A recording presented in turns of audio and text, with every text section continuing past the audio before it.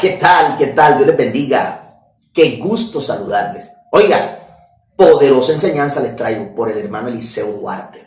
Hoy les traigo una enseñanza para compartirla con ustedes.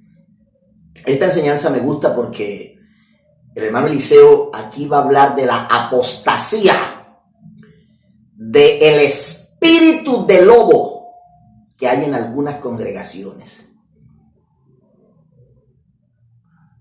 No todo lo que brilla es oro. Usted escúchela. Toca muchos puntos aquí interesantes. Entre esos, repito, la apostasía. Ustedes saben que hay muchos líderes de renombre que estuvieron entre nosotros como pastores, como algunos hasta dirigentes, y ya no están. Y hoy, según dicen ellos, algunos de ellos, que esta es otra forma de predicar el evangelio, creando división. Pero por mucho tiempo estuvieron entre nosotros liderando, pastoreando, espíritus de lobo. Escuche usted. Y esto lo digo con seriedad. Muchos que estuvieron entre nosotros hoy no están y están diciendo que es como están ellos hoy, que como estuvieron en otro tiempo no era eso hoy, una nueva onda, una nueva ola, un nuevo sistema. Es decir, el sistema que se aprendió, en el que se formaron, en el cual Dios los llamó, como que le faltaba algo. Ahora es un evangelio suave, un evangelio moderno, un evangelio pagano, porque según el evangelio en el que estuvieron había muchas restricciones. Juzguen ustedes, escuchen tremenda enseñanza. Además, toca el tema de la ley. Los adventistas, los sabáticos, que predican la ley y hacen de lado el evangelio. Los sabáticos, los adventistas, todo este movimiento, que es un movimiento pagano, va en contra de la Biblia, porque ellos hacen de la ley el todo. Y predican la ley, no el evangelio. Y Jesucristo nos mandó a predicar el evangelio, no la ley. Entonces es muy interesante, tremenda enseñanza. La Biblia dice, id por todo el mundo y predicad la ley. No, id por todo el mundo y predicad el evangelio. Bueno, estos movimientos hicieron de lado eso y hoy predican la ley, promueven la ley. Escucha tremenda enseñanza. Tremenda, hermano, te la recomiendo, compártela. Lo que el hermano Eliseo nos menciona aquí, sé que te va a servir de mucho. Sin más preámbulos, escuchemos a nuestro hermano Eliseo. ¿Cuál se hace para prueba de vuestra fe? La cual es más preciosa que el oro, y el oro, aunque perecedero, se prueba con fuego, para que así también la fe se prueba con fuego, para que sea hallada en alabanza y gloria cuando Jesucristo sea manifestado. La tribulación es el fuego para el cristiano. Los jóvenes hebreos, no la gran tribulación, sino la tribulación de corriente.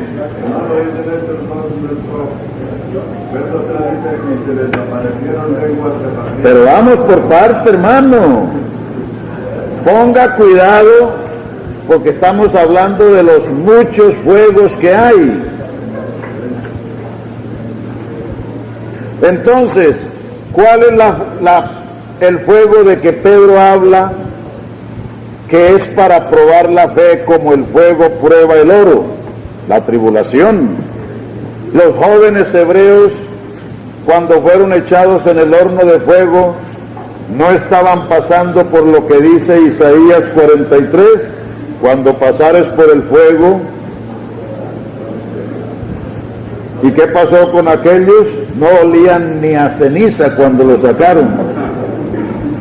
Cuando pasares por las aguas, ellas no te anegarán. O sea, la tribulación es un fuego para probar la fe. Bueno, entonces tenemos ¿cuántos? Tenemos el fuego de la carne, el fuego de la zarza, el fuego del Sinaí, el fuego del juicio, el fuego de la tribulación corriente, no de la gran tribulación. Tenemos el fuego de Pentecostés, se les aparecieron lenguas repartidas como, no eran fuego, sino como de fuego. Como de fuego, que es otra cosa. Entonces, ¿cuál otro fuego? El de la gran tribulación es para los impíos, no para la iglesia. Entonces, según el fuego que usted encuentre en la Biblia, tiene que buscar a qué fuego se refiere. Y nosotros hemos sido bautizados con el Espíritu Santo y de cuando en cuando con fuego. ¿O no ha pasado por tribulación? De cuando en cuando habrá que pasar por ese. Note usted que en Hebreos dice, la doctrina de bautismos, plural, ¿lo ha leído en Hebreos 6? La doctrina de bautismos. ¿Será que hay varios bautismos? No, es que el cristiano pasa por varios bautismos. Bautismo en agua, en el nombre de Jesús. Bautismo del... Vosotros también lo seréis. ¿Y cómo me angustio de esto? Jesús fue bautizado en el Jordán, se manifestó la señal de la paloma que vino sobre él y después fue tentado, fue llevado al desierto para ser tentado. Ahí están los tres bautismos: el de agua, el del Espíritu y el de fuego. Y el cristiano tiene que pasar por ellos. Por eso habla de la doctrina de bautismos. Un cristiano no es que tiene que bautizarse en agua varias veces. Claro, si no está bautizado correctamente, tiene que bautizarse en el nombre del Señor Jesús. Pero es que el cristiano pasa por esos bautismos de agua, del Espíritu y de fuego. Entonces, cada fuego con su incendio.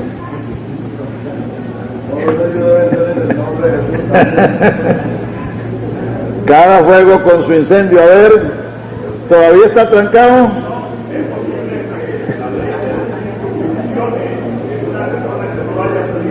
Pues ¿cómo va a funcionar? ¿Cómo va a funcionar la ley de la energía si no tienen instalación eléctrica? Hay una oportunidad que acá el tema. ¿Qué diría usted? ¿Qué nos pudiera decir usted, pues, en la experiencia que tiene como ministro del Evangelio a los pastores, con relación a aquellos pastores que han ido a Israel y llegan allá y se bautizan y se pasan allá? Bueno, eso es, o son demasiado ingenuos, es decir, son demasiado ingenuos y o no saben la importancia del bautismo en el nombre de Jesús. Porque la Escritura, cuando dice no tomarás el nombre del Señor, no tomarás su santo nombre en vano. A ver, escuchen. El mandamiento dice no tomarás el nombre del Señor en vano. ¿Cuándo se sucede eso? Cuando uno fue bautizado, vino para recibir ese nombre. Lo que el ministro hizo fue invocar o llamar sobre el candidato ese nombre. Y si una persona se vuelve a bautizar porque está en el Jordán o porque está en otro lugar, quiere decir que él no entiende o no le da la importancia que eso tuvo. Porque lo más importante del bautismo es eso. El bautismo tiene tres aspectos o tres partes importantes, escúchelas.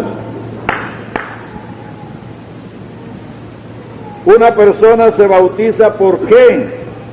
Porque ha creído el Evangelio. Primero, una persona viene a bautizarse porque entiende que Jesucristo es el único Salvador, que dio su vida por él. Segundo, viene a bautizarse porque se arrepintió, porque rompió con el mundo, porque se apartó del pecado, porque no quiere seguir en ese camino. Viene a enterrar su vieja vida, su pasado, para comenzar una nueva. Y lo tercero es que el ministro llama, invoca sobre esa persona el nombre del Señor. ¿Por qué? Porque el nombre de Él nos fue dado bajo el cielo para que seamos salvos, pero lo que a uno le dan hay que recibirlo.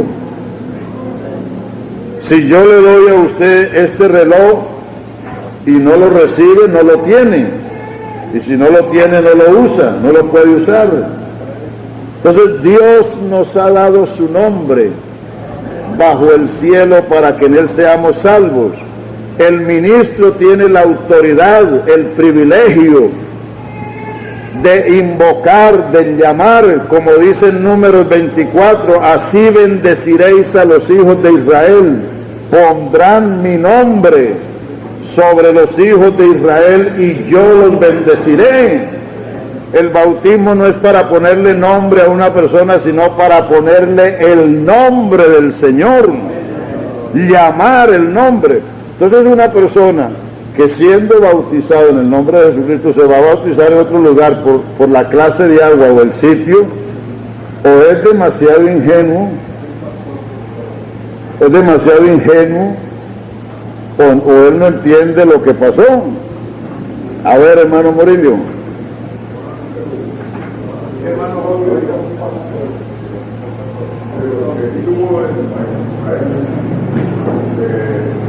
Bien. Claro.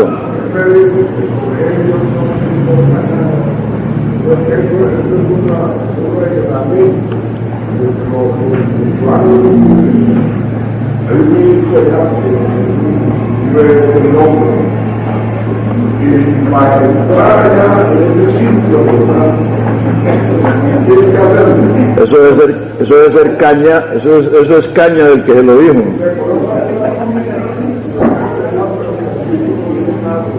No. A ver, hermano. Un momentico. Está surgiendo, yo no sé hasta dónde la cosa haya llegado, pero por lo menos a un momento que a manera de comentario decir que era realmente razonable un comentario sobre que esa misión profesional para Cristo, sí, ellos enseñan cruzada, a llevarse a la gente a bautizarla allá. Exacto. Entonces sería bueno que usted hiciera un comentario. Ya. Sigue, hermano. Hermano, yo quisiera hacer una aclaración respecto a Romanos 8, porque me suena, o sea, lo que el hermano explica, realmente yo solamente cometí el error de predicar. Entonces no lo he entendido. El hermano dice que lo que menciona San Pablo aquí no es el Espíritu Santo, sino el Espíritu de Cristo. No, señor. Es el mismo Espíritu, pero cada título tiene una función diferente. Espíritu de gracia, Espíritu de Cristo, Espíritu consolador, Espíritu de gloria, Espíritu de poder. Es el mismo Espíritu, pero cada título está señalando una función específica. Entonces el Espíritu de Cristo es el Espíritu que se porta como cristiano. Exacto. San Pablo continúa diciendo, pero si Cristo está en nosotros, el cuerpo en verdad está muerto a causa del pecado, mas el Espíritu vive a causa de la justicia. Así que sí, así Y si el espíritu de aquel que levantó de los muertos a Jesús mora en vosotros, y el que levantó de los muertos a Cristo Jesús vivificará también nuestros cuerpos mortales por su espíritu que mora en vosotros. Así que, hermanos, deudores somos, no a la carne, para que vivamos conforme a la carne, sino si conforme. vivís conforme a la carne moriréis, mas si por el espíritu así por las obras de la carne viviréis, porque todos los que son guiados por el espíritu de Dios, estos son hijos de Dios. Pues no habéis recibido el espíritu de esclavitud para estar otra vez en temor, sino que habéis recibido el espíritu de adopción, por el cual clamamos Abba, Padre. El espíritu mismo da testimonio a nuestro espíritu de que somos hijos de Dios. Está hablando de todo lo que el espíritu hace en el creyente, el proceso, el desenvolvimiento y la conducta del cristiano. No se refiere al bautismo. Vea, para llegar a Romanos 8, el bautismo del Espíritu Santo es una obra del pasado, una experiencia del pasado, porque Romanos 8 es el plano espiritual, el nivel espiritual a que una persona debe llegar. Entonces, el bautismo está atrás. O sea que para que la ley del espíritu opere, el cristiano tiene que haber recibido. Lógico. Entonces, pero aquí no está hablando del bautismo del Espíritu, sino del Espíritu de Cristo, la conducta. Haya en vosotros el sentir que hubo en Cristo. El que es de Cristo debe andar. Exacto, lo que dice que uno es de Cristo es su comportamiento. Entonces, una persona que vive cascarrabia, que vive arrevolverado, que vive arrebatado, que vive, pues cómo va a hablar de que él es de Cristo, de que él tiene la unción de esto y de lo otro, si el testimonio está diciendo lo contrario, está diciendo que procede conforme a la carne. Un momentico, hermanos. A ver, ¿de qué iba a decir usted? A ver.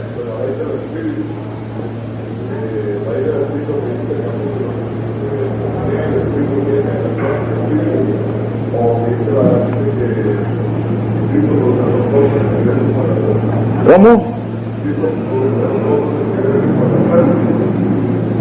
No lo entiendo todavía. Ah, ya. Ya, eso está de Filipenses. Pero entonces, déjeme terminar y verá que va a coger. Ahora hablamos de lo suyo.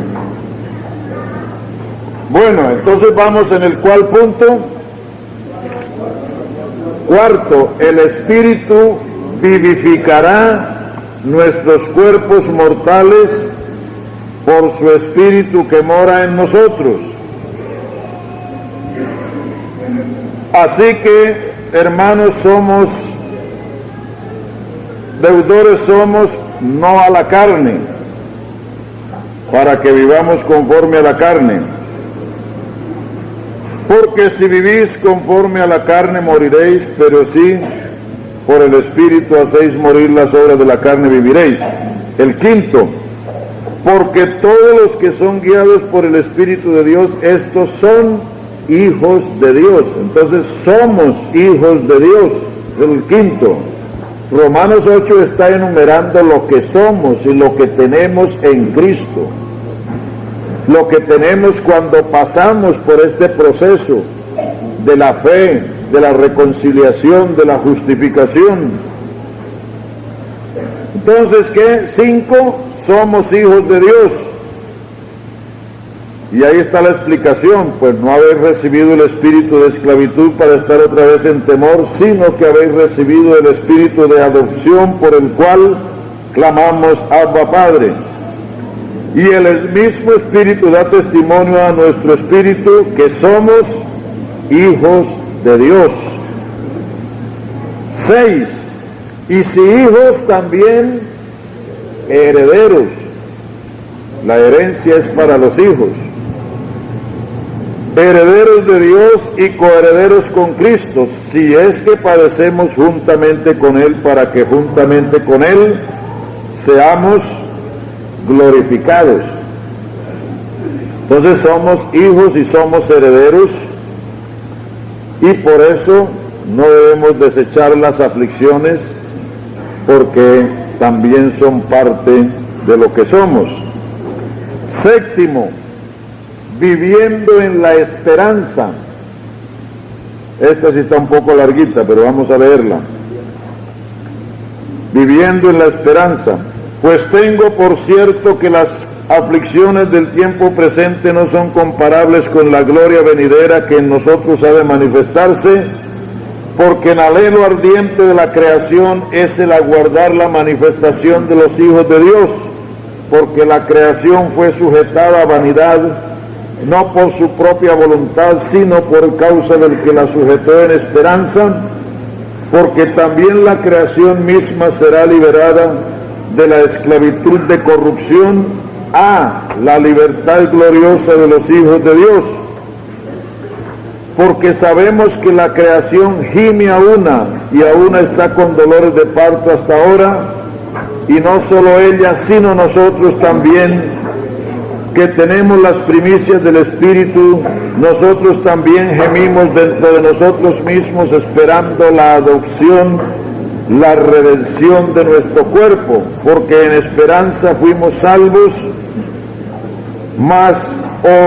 pero la esperanza que se ve no es esperanza, porque lo que alguno ve, ¿a qué esperarlo?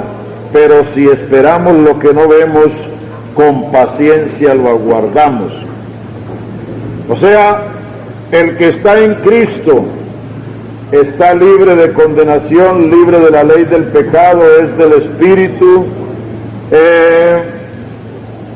¿Qué más? El Espíritu lo vivifica, es hijo de Dios, es heredero de Dios, y vivimos en la esperanza de la redención del cuerpo, porque todavía estamos en un cuerpo mortal. Y dice que la creación gime. ¿Cuál creación? La creación vegetal, la creación animal, toda la creación, porque Cristo pacificó con la sangre de su cruz lo que está en los cielos y lo que está en la tierra. La redención incluye todo el mundo. Por eso habrá una restauración de todas las cosas, porque la creación fue incluida. Por eso la Biblia dice que nosotros somos las primicias. Santiago 1 dice, Él nos engendró de su voluntad por la palabra de verdad para que seamos primicias de su creación. Nosotros somos los primeros, pero la creación también gime, está con dolores de parto, está esperando la redención, está anhelando la libertad gloriosa de los hijos de Dios, y nosotros mismos que tenemos las primicias del Espíritu, que ya hemos experimentado esto, nosotros también gemimos esperando la redención del cuerpo, o sea, la transformación de lo corruptible en incorruptible, y en esperanza vivimos. En esperanza somos salvos, porque lo que alguno ve, ¿para qué esperarlo? O sea que vivimos en la esperanza bienaventurada de la manifestación gloriosa de nuestro gran Dios y Salvador Jesucristo. Cuando Cristo se manifieste, dice, vosotros seréis manifestados con Él en gloria. Y además dice, de igual manera el Espíritu ayuda nuestra debilidad, porque qué hemos de pedir como conviene no lo sabemos, pero el Espíritu intercede por nosotros con gemidos indecibles, porque Él conoce la voluntad de Dios y la necesidad de los santos. Él escudriña los corazones, es decir, ahí tenemos 7 cosas que vivimos, que poseemos, que somos, que tenemos. Y la octava es la seguridad cristiana. 8. La seguridad cristiana. Aleluya. La seguridad está desde el verso 28 hasta el final. Vamos a ver en qué estriba, en qué se apoya, en qué se fundamenta la seguridad de un hijo de Dios. Y esto es muy importante porque debemos vivir seguros. Y sabemos que a los que aman a Dios todas las cosas les ayudan a bien. Esto es a los que conforme a su propósito son llamados, porque los que antes conoció también los predestinó para que fuesen hechos conforme a la imagen de su Hijo, para que Él sea el primogénito entre muchos hermanos.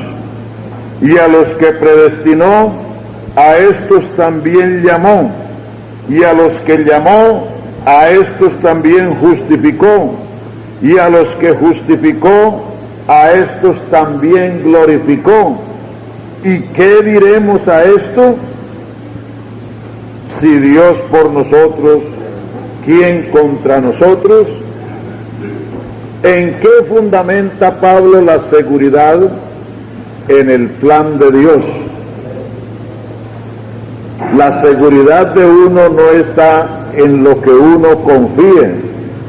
Yo no espero llegar a la meta porque soy Eliseo Duarte, sino porque estoy metido aquí en este plan y por eso sé que voy a llegar. No porque yo confíe en mí mismo, porque confiar en uno en sí mismo es lo peor que puede hacer. ¿En qué estribaba la seguridad de Pablo? Hagamos la comparación entre Pedro y Pablo. Pedro dijo: si todos se escandalizan, yo no. Si todos te niegan, yo no. El yo.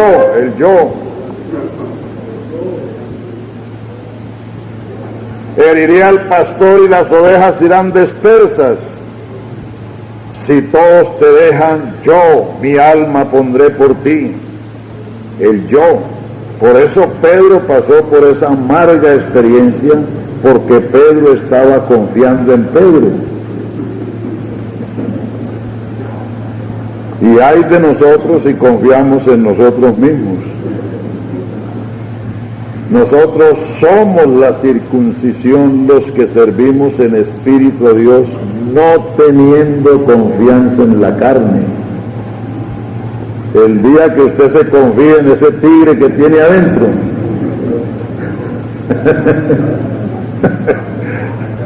le aparecen las manchas y le salen las uñas.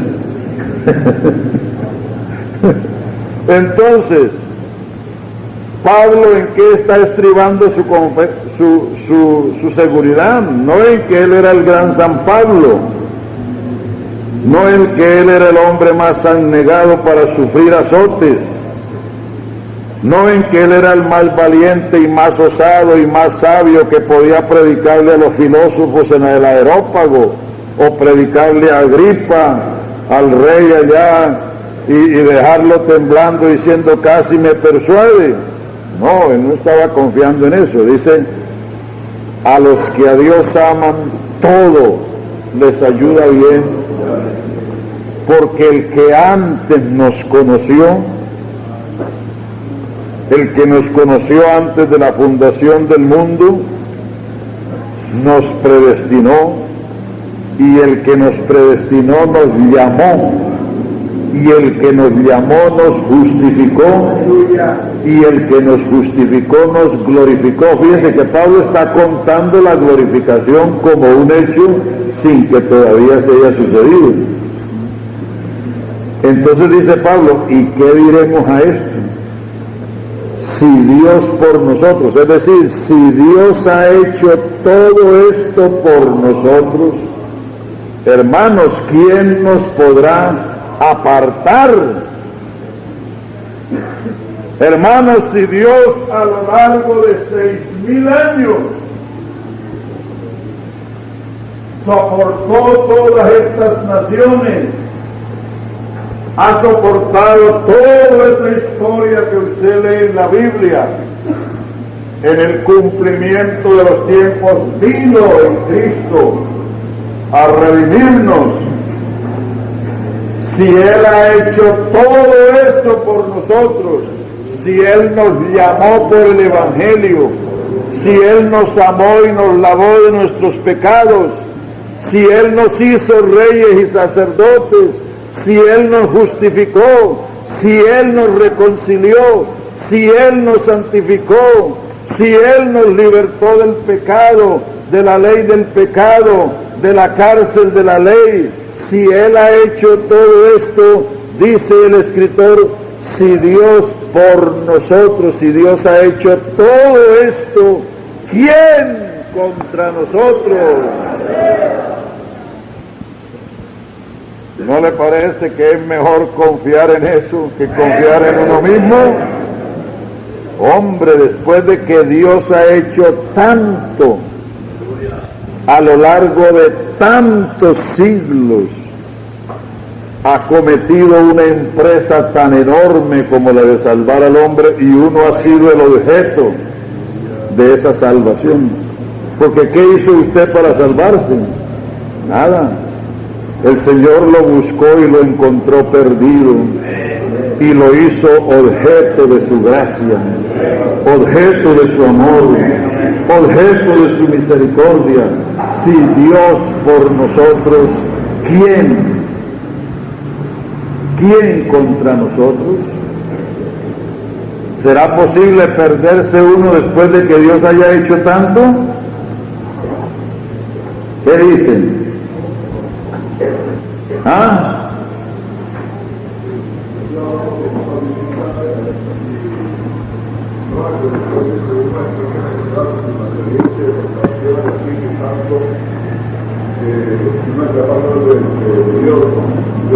¿Se podía qué?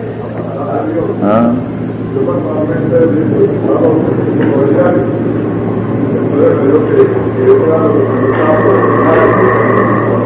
No, uno sí puede salirse del camino, porque la Biblia está llena de previsiones sobre eso, pero lo que hay que entender es que Dios ha hecho toda una provisión completa y perfecta.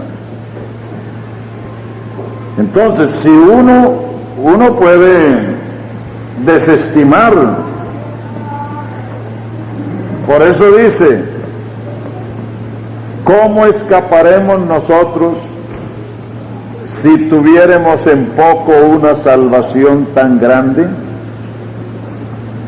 Por eso dice que prestemos atención para que no nos deslicemos o no nos escurramos. Uno puede perder lo que Dios le ha dado, pero si lo pierde es por negligencia humana, por acción humana, porque ciertamente Dios hizo eso. Dios nos conoció antes de la fundación del mundo, nos predestinó. Predestinar es destinar de antemano para algo. Él nos destinó para esto. Pero si yo no quiero andar, segunda de Tesalonicenses 2:13, lea, ahí está el cauce. Debemos dar siempre gracias a Dios por vosotros, amados hermanos en el Señor, de que Dios os haya escogido para salvación desde el principio, mediante la santificación del Espíritu y fe en la verdad. Dios nos escogió desde el principio para ser salvos, pero Dios nos puso un cauce, un camino, una senda, y hay que andar por ella. Él los escogió para salvación mediante, a través, por medio de la santificación del Espíritu y fe en la verdad. ¿Y quién es esa verdad? Entonces hay que ejercer la fe en Jesucristo y hay que andar por ese cauce. Claro, Efesios 1:3.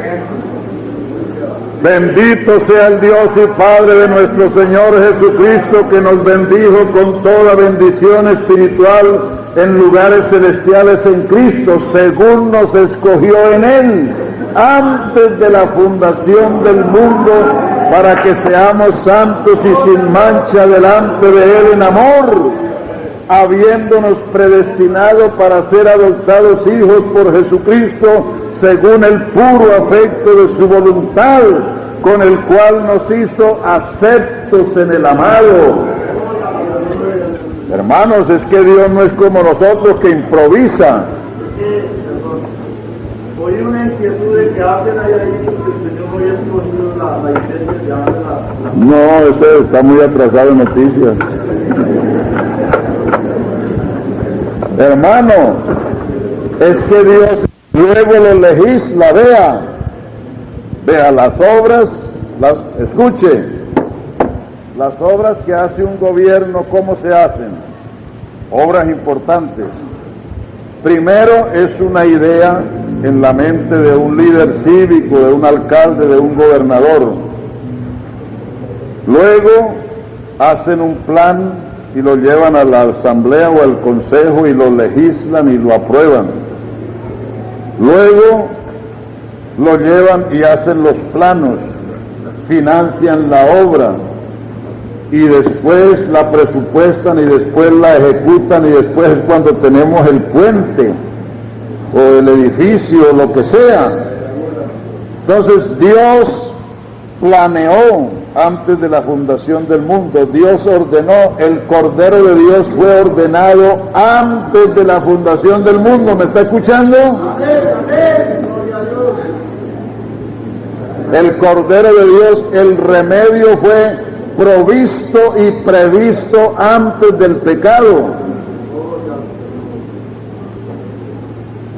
El Cordero de Dios fue ordenado antes de la fundación del mundo, pero manifestado en los postreros tiempos por amor de vosotros. Es que si Dios no conociera el fin desde el principio, no sería Dios.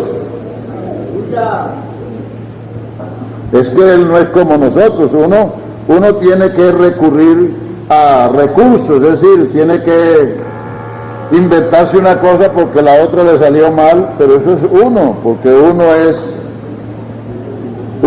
finito, uno es mortal, pero Dios conoce el fin desde el principio, lo conoce todo, y Él previó y proveyó. Dios planeó, Dios ordenó, Dios legisló, y Él es el ejecutor de la obra. Por eso Él es el todo, y por eso en Él estáis completos. ¡Aleluya! Bueno,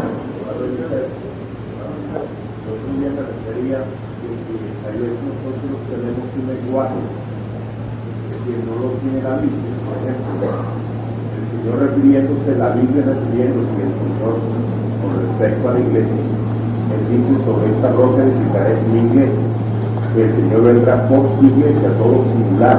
sí. Sin embargo, algunos llaman iglesias de diferentes denominaciones, de las iglesias, y se han llegado a decir algunos creyentes de la iglesia, la sacará el Señor de todas. De diferentes denominaciones. Bueno, está buena la pregunta. Vea, la Biblia habla de la iglesia singular, porque es un cuerpo universal. La Biblia solo habla de las iglesias por geografía. Por geografía, es decir, por lugares. Vea, le voy a citar los hechos y después en la casa léalos. Los primeros 7 capítulos de los hechos hablan de la iglesia porque solo había la de Jerusalén. La única iglesia que había en el mundo, en los primeros 7 capítulos de los Hechos, era la iglesia en Jerusalén, pero después habla de las iglesias en Judea, de las iglesias en Acaya, de las iglesias en Macedonia, de las iglesias en Asia. O sea, la iglesia se divide en iglesias, pero no por doctrinas ni organizaciones, sino por geografía. ¿Está claro? Las iglesias en Santander, las iglesias en Antioquia, las iglesias de Dios en Judea, las iglesias en Cristo que están en Acaya. Pero la iglesia jamás se divide por razón de doctrina, porque la unidad de la iglesia es un cuerpo. Y un cuerpo no está repartido, los brazos por un lado y las piernas por el otro. Un cuerpo es una unidad compacta. La iglesia es un cuerpo, tiene un espíritu, una esperanza, un Señor, una fe, un bautismo y un Dios y Padre de todos. Esos son los lazos de la unidad. Entonces lo otro es harina de otro costal. Bueno,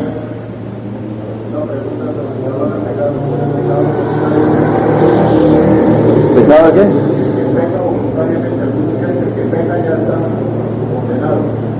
Es que el pecado voluntario de Hebreos 10:26 se refiere al pecado de apostasía.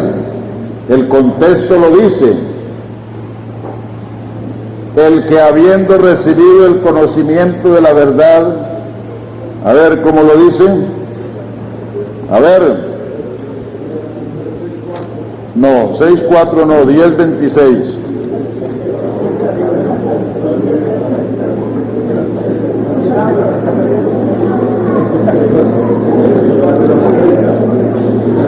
Porque si pecaremos voluntariamente después de haber recibido el conocimiento de la verdad, ya no queda más sacrificio por los pecados. ¿Pero de cuáles? Ve, ahí sigue. Sino una horrenda expectación de juicio y de hervor de fuego que ha de devorar a los adversarios. Ahí viene la comparación. El que viola la ley de Moisés por el testimonio de 2 o 3 testigos muere irrevisiblemente. ¿Cuánto mayor castigo pensáis que merecerá el que pisoteare al Hijo de Dios?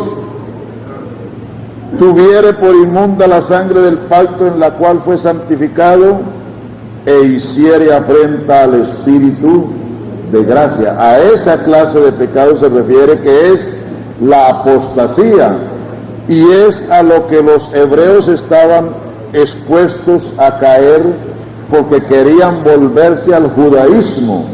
Ese era el pecado. Entonces les dice: pero de vosotros esperamos mejores cosas. De manera que eso no se estaba refiriendo a borrachera o a aquel que le pegó a la mujer o al que se enamoró de la vecina o otras cosas así, sino al pecado de apostasía, el que menosprecia al Hijo de Dios y tiene por inmunda la sangre, es decir, el que se quiere ir a justificar por otros medios. ¿Quién lo salvará si el único remedio es Jesucristo? Pero cualquiera que ha pecado en algún sentido y reconoce que Jesucristo es el remedio y viene a Él, tiene remedio. A ver, ¿cuál?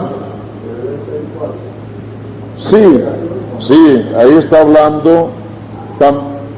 hablando de lo mismo, pero en otro sentido, porque ahí está enumerando los que no pueden ser restaurados, pero está hablando de personas que alcanzaron un nivel, dice, los que, porque es imposible que los que una vez fueron iluminados, vamos a leerlo, Pero ya dije cuál es ese pecado, ese es otro. Es que, hermanos, el texto hay que interpretarlo a la luz del contexto, así como hablamos de los fuegos, que uno es el de 1 Corintios 7 y otro el de Mateo 3 y otro el de Éxodo 3 y otro el de Daniel 4, en fin. Entonces, el pecado que está señalando Juan es el pecado de muerte. ¿Ah? No, usted está hablando de otra cosa, hermano. Entonces, estamos hablando del pecado voluntario, que no hay más sacrificio por él. ¿Cuál es? ¿Cuál es? A ver, apostasía. El que menosprecia al Hijo de Dios, ¿quién lo va a salvar? Por Dios. A ver, hermano Morillo.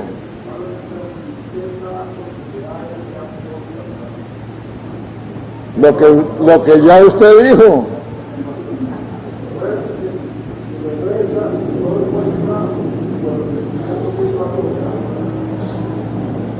Es que, bueno, si un apóstata vuelve a la iglesia,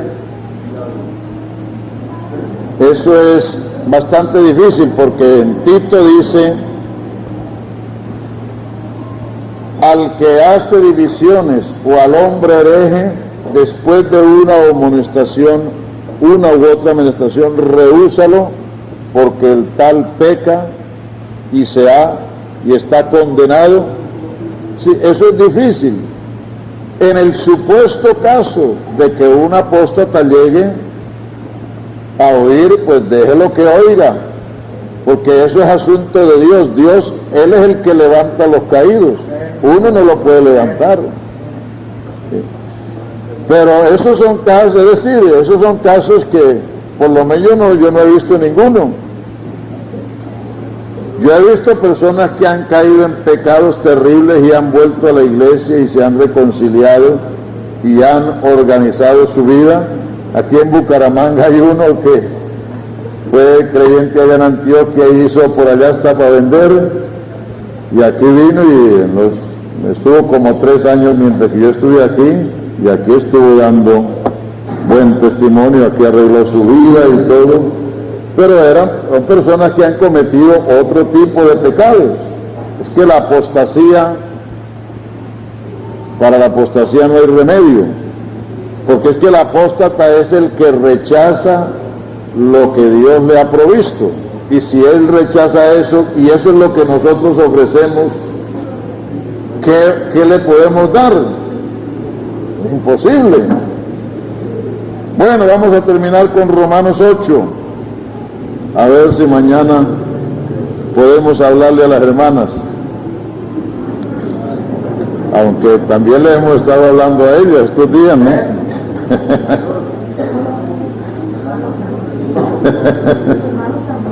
Ah, sí, usted quiere ver que le hable a las hermanas.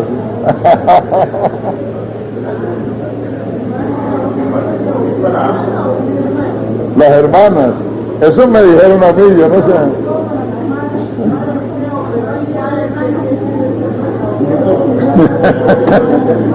Bueno, mañana vemos a ver. Bueno, entonces, la seguridad cristiana, ¿en qué estriba? En el plan de Dios. ¿Estamos seguros? Yo estoy seguro, porque yo no me metí en esto, sino que el Señor me metió en esto.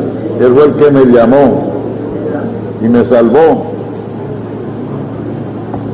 Y por eso uno puede estar seguro que ni si lo sacan de la iglesia y si le hacen lo que hace, uno se va a perder, porque uno está en Cristo.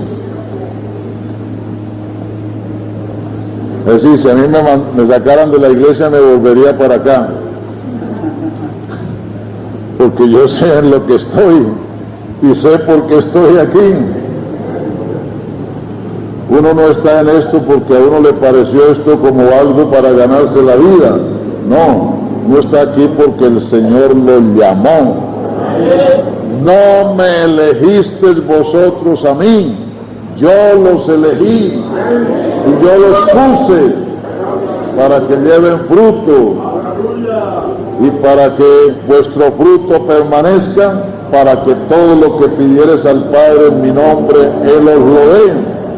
Si usted predica, hermano, con esa seguridad de que usted está ya predicando porque Jesucristo lo llamó y lo mandó y lo puso, hermano, eso le da peso a su predicación, eso le da fuerza. Aleluya. Pero si usted piensa que está predicando allá porque como que allá es más bueno que donde estaban,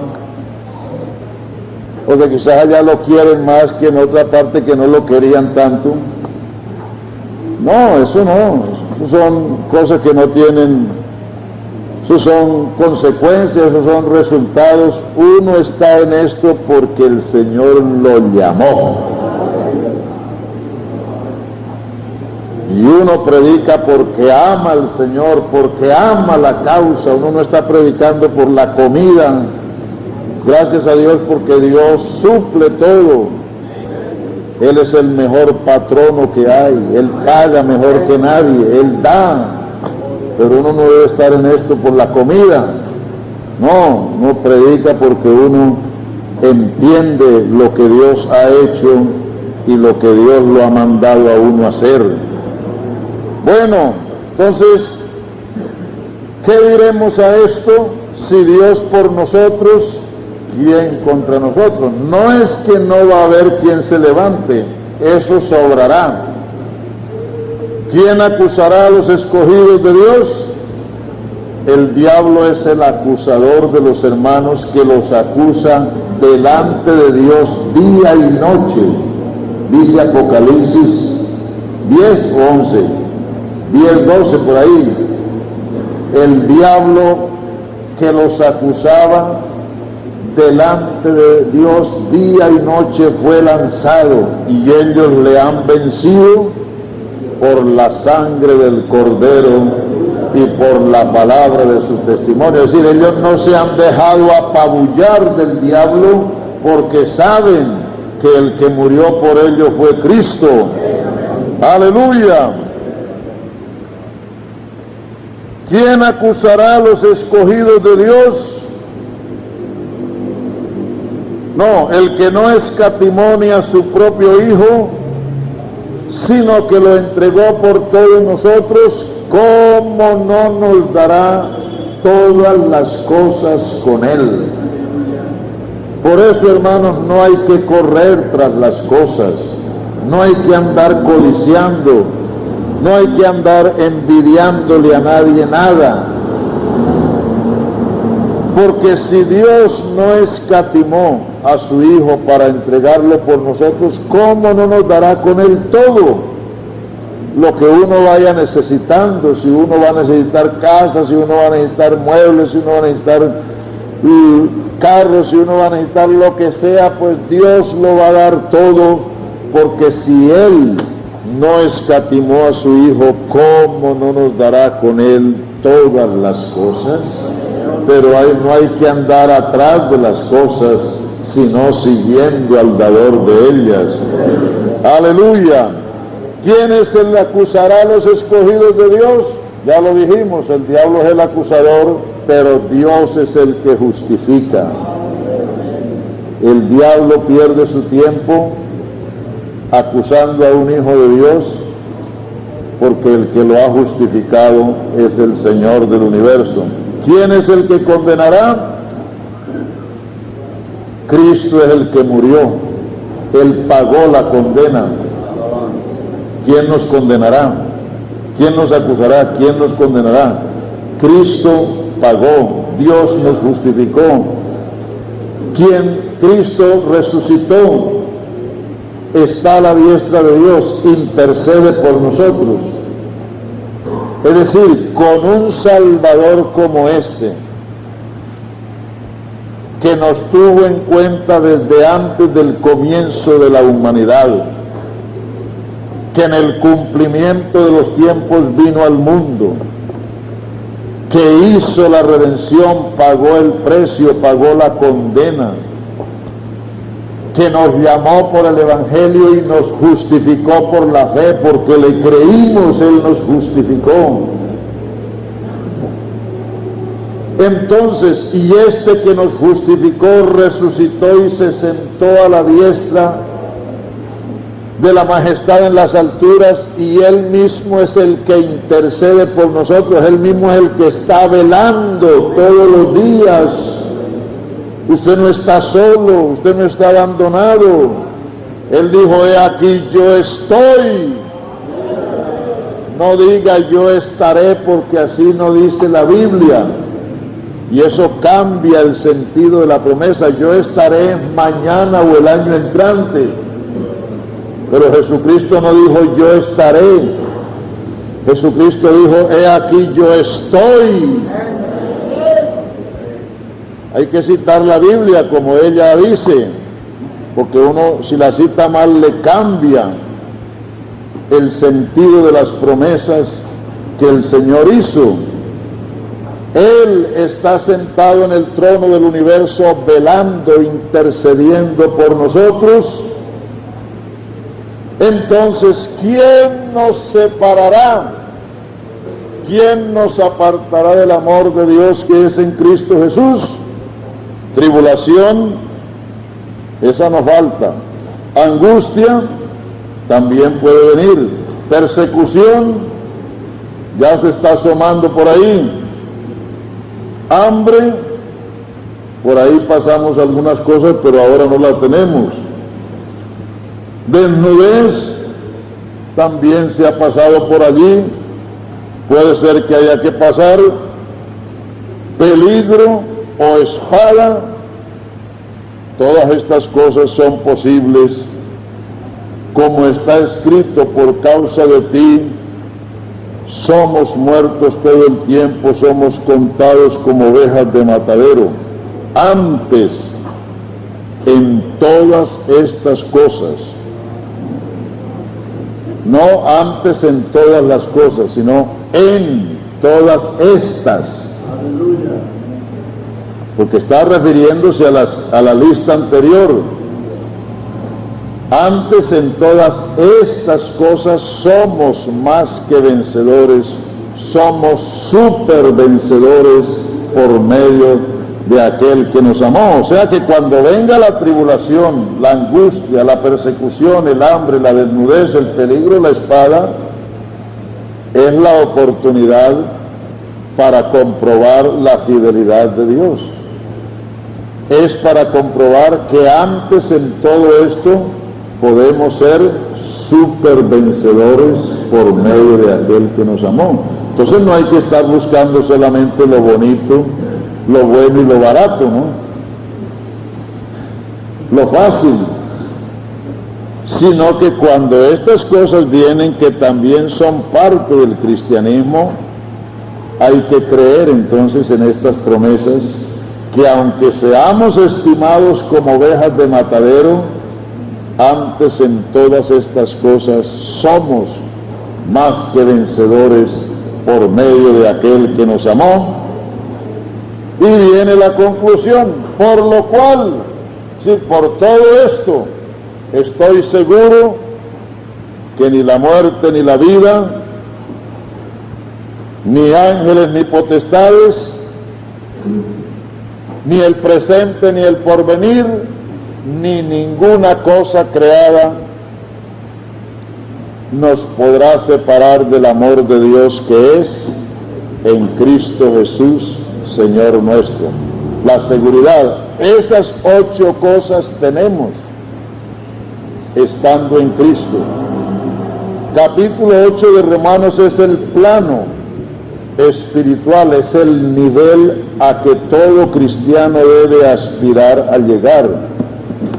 Romanos 8 es vivir y andar en el Espíritu, tener la carne dominada, vivir sin condenación, vivir venciendo la ley del pecado, vivir como hijos, como herederos, vivir con la nuca como la jirafa, esperando la venida del Señor.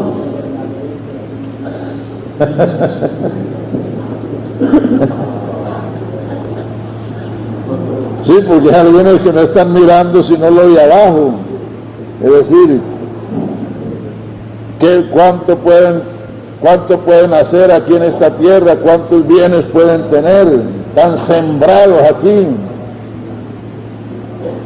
Ya quizás no tienen ni nuca, ¿no?